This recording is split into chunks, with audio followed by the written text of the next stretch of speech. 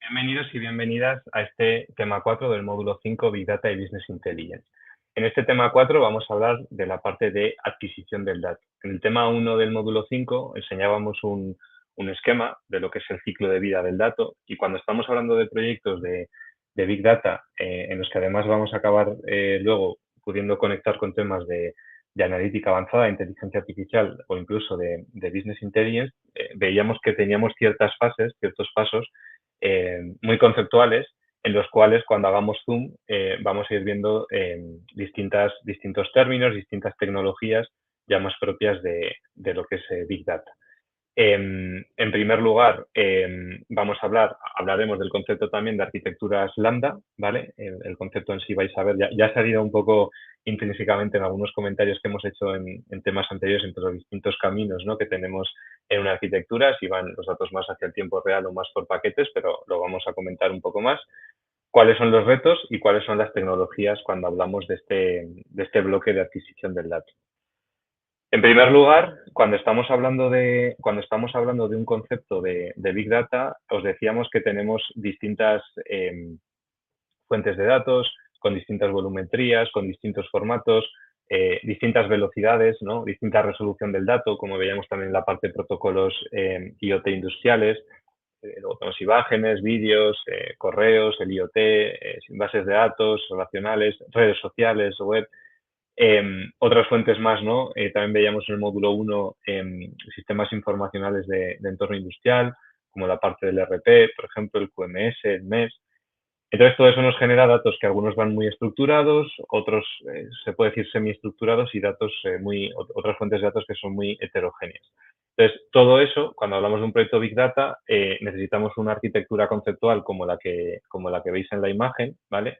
Donde tendríamos las fuentes de datos en la parte izquierda y a continuación tendríamos lo que es toda la parte más de adquisición e ingesta, y luego tendríamos ya la separación de caminos entre un camino más por paquetes, batch, y un camino más de tiempo real o casi tiempo real, que es como se suele decir, que sería el speed layer, ¿vale?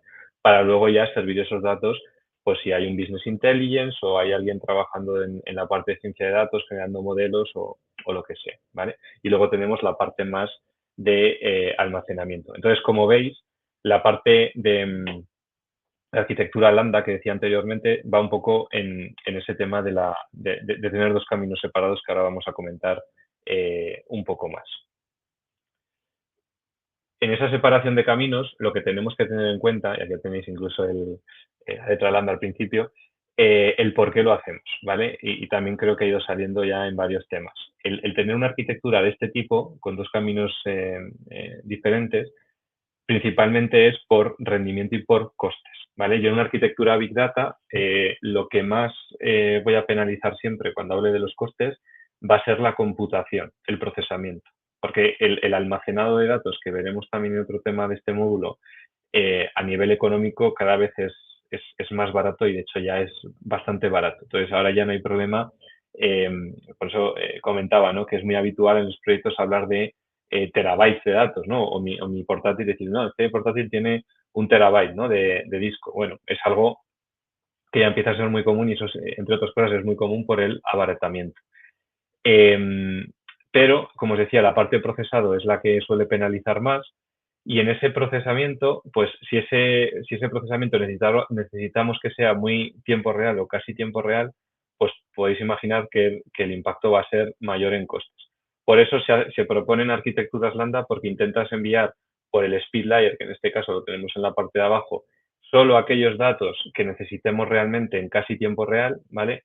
Y por la parte del batch layer estaríamos enviando o procesando por paquetes, por lotes, pues a lo mejor una vez cada día, cada hora. O sea, ya no estás teniendo un requerimiento tan agresivo de tiempo real, pues el resto de la información o la información que fuera necesaria, ¿vale? Entonces, en una arquitectura Big Data sí que es importante plantear bien qué necesitamos, y por eso hablábamos también de los casos de uso, ¿vale? O sea, yo puedo estar recibiendo en un entorno Big Data, en una plataforma, muchísimos datos, tenerlos en un almacenamiento y ser correcto, o sea, decir, oye, todo lo que me vaya llegando de estas fuentes, por ejemplo, imaginad que tengo un proyecto donde estoy trabajando entre Big Data e IoT.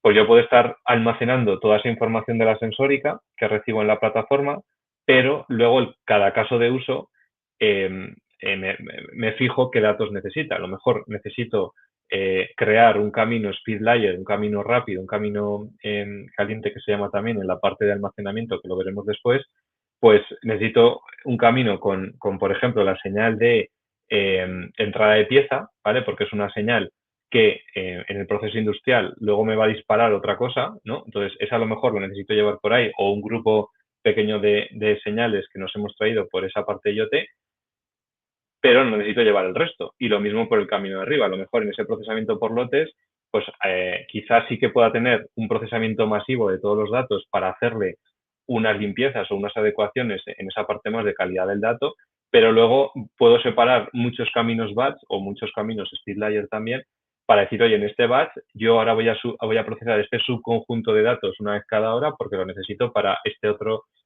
caso de uso, ¿vale? Entonces es muy importante, el resumen es que es muy importante el fijarse en los casos de uso y en este caso en la arquitectura Lambda, teniendo en cuenta lo que os digo siempre del tema del procesamiento y llevar siempre a mínimos lo que pueda por el camino más de speed layer, ¿vale? El camino más casi tiempo real. Aquí al final, cuando hablamos de adquisición, pues, ¿cuáles son los retos? Pues al final tenemos toda la parte de manejar diferentes flujos de datos, como acabamos de decir ahora, mucha variedad de tipos de datos, integrarnos con sistemas de almacenamiento persistencia, que lo vamos a ver también en siguiente tema dedicado a esto. También en la parte de adquisición, y si lo cruzamos otra vez con la parte IoT, en muchos casos nos tenemos que pelear con múltiples protocolos de transporte, ¿vale? O conexiones a sistemas, pues vamos a tener que conectarnos a una base de datos. Vamos a tener que conectarnos a un IoT, que cuando veíamos el módulo de IoT decíamos, por ejemplo, la parte de OPC-UA o la parte de MQTT, ¿no? Que ya son los más habituales, aunque nos podemos encontrar proyectos, ¿no? Donde tengamos protocolos incluso de los anteriores. Y luego fijarnos en algunas de las Vs, ¿no? Por supuesto, no está puesta aquí la del valor, que es un poco la que engloba todo el módulo, ¿vale? Pero en este caso ya más técnico, pues centrarnos en la variedad, velocidad, o sea, la parte de la variedad, velocidad, veracidad y el volumen que tendríamos, ¿no? En este tipo de proyectos. Y, bueno, pues al final resolver toda esa parte más de conectividad, ¿no? Que ya hemos comentado. Principales problemas que nos podemos encontrar cuando hacemos la capa, ¿no? Montamos una arquitectura Big Data, la capa de adquisición, pues que en muchos casos, igual que en el mundo IoT, os decía que con OPC-UA se puede hacer una suscripción y yo me olvido, o sea, cuando haya un dato ya me llegará, pues aquí puede ser que tengamos casos de no hay notificación, o sea, hay que hacer lo que se llama un pooling, ¿no? Hay que estar constantemente preguntándole al origen, pues de una forma periódica, cada segundo, cada minuto, depende de lo que exija el caso de uso. Habrá otros casos que sí que podremos hacer esa suscripción, pero vamos a tener de los dos. Otro problema que podemos tener, o retos, cambios semánticos, que yo en la fuente origen de pronto esté leyendo una tabla y de pronto ese proceso que se lanza una vez en el sistema de no hay notificación, pues una vez cada minuto, ¿no? O cada día, vamos a decir, por ejemplo, cada día, pues al día siguiente ha habido un cambio en el origen, ¿no? de ese modelo de datos, de esa tabla, y ahora pues han renombrado una columna o hay datos nuevos, o sea, hay columnas nuevas, ¿no? Para que lo visualicéis un poco como si fuera en una tabla una Excel, ¿no? Pues eso nos impacta, claro, el proceso de adquisición que lo hemos programado de una forma, pues nos impactaría. Los temas de latencia en la respuesta, si puede haber un tema de sobrecarga y nos están llegando una cantidad mucho mayor de datos y nuestro sistema no está siendo capaz de procesarlos. Aquí si estamos en un entorno cloud, pues va a ser más fácil de a lo mejor hacer un pequeño autoescalado, o problemas de conexión. Puede ser igualmente toda la parte que pone aquí de problemas de microcortes y demás, pues puede ser que toda mi arquitectura esté bien dimensionada, pero tenga un problema de conexión de red con la fuente origen. Y otro que también a veces nos puede afectar es que en muchas ocasiones las fuentes orígenes, y esto pasa muchísimo más cuando son, por ejemplo, bases de datos, ¿no? O alguna fuente que pueda ser más va a tener una API, ¿no? de interconexión, pues que nos den lo que se llaman timeouts, que tú le intentes hacer una petición y como esa petición exige mover un volumen de datos en esa fuente, digamos, prepararlos y servirlos, ¿no? Para que los podamos leer, pues que diga timeout porque da un error, o porque pueda haber que estemos haciendo muchas llamadas recursivas, ¿no?, a esa fuente, porque estamos llamándola cada segundo, cada poco tiempo, pues también puede tener un impacto, ¿vale? En cuanto a tecnologías, que decía que en este tema os iba a empezar ya a hablar un poco de tecnologías, y lo vamos a ver un poco en los siguientes, en cada uno de los módulos. Pues hay tecnologías, vimos la parte de NIFI, ¿no? Por ejemplo, en la parte de IoT también puede servir para toda esta parte de adquisición. Tenemos otra como DBT, que también es open source, que también nos serviría, Talent, parte de informática. Tenemos algunas ya propias, ¿no? Y las vimos en el tema de tecnologías cloud, propias de los proveedores de cloud, ¿no? Aquí está puesto el caso de Glue, el caso de AWS, pero podríamos tener Data Factory de Azure, por ejemplo, también. Y luego, pues, hay tecnologías relacionadas con esta capa más de adquisición, ¿no? Sobre todo, hay algunas que dicen, nosotros lo que probemos es la parte de integración, ¿no? Pues algunas como Confluent o Fivetran, por ejemplo, pues nos dan esas posibilidades, ¿vale? Entonces, hay otras que lo tienen todo integrado, ¿vale? Porque yo, por ejemplo, en NIFI podría estar, si me tengo que conectar a un SQL, una base de datos relacional, pues podría estar activando un módulo que ya me permite ponerle los datos de conexión, ¿no?, a esa base de datos relacional, y ya empezar a adquirir datos, ¿vale? Pero en otras ocasiones pues también tenemos un poco, digamos, esta posibilidad, ¿vale? Entonces, hemos arrancado un poco este tema entrando ya más en detalle en lo que son las arquitecturas Big Data. Nos hemos centrado en la capa de adquisición.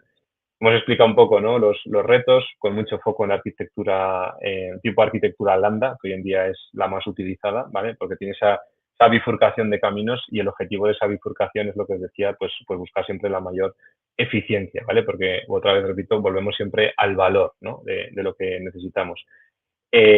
¿Cuáles son un poco los retos y, o sea, los principales temas que nos encontramos, ¿no?, cuando nos conectamos o cuando estamos trabajando en la capa de adquisición, ¿no?, y nos tenemos que conectar a distintas fuentes? Y también, pues, unos ejemplos de tecnologías. Hay muchas más, y como pone ahí, solo que os fijéis en la parte de servicios cloud, si estáis planteando un proyecto también comparten la nube, pues vais a encontrar mucho más en el catálogo, ¿vale? Pues esto sería el tema 4, adquisición de datos del módulo 5. Muchas gracias.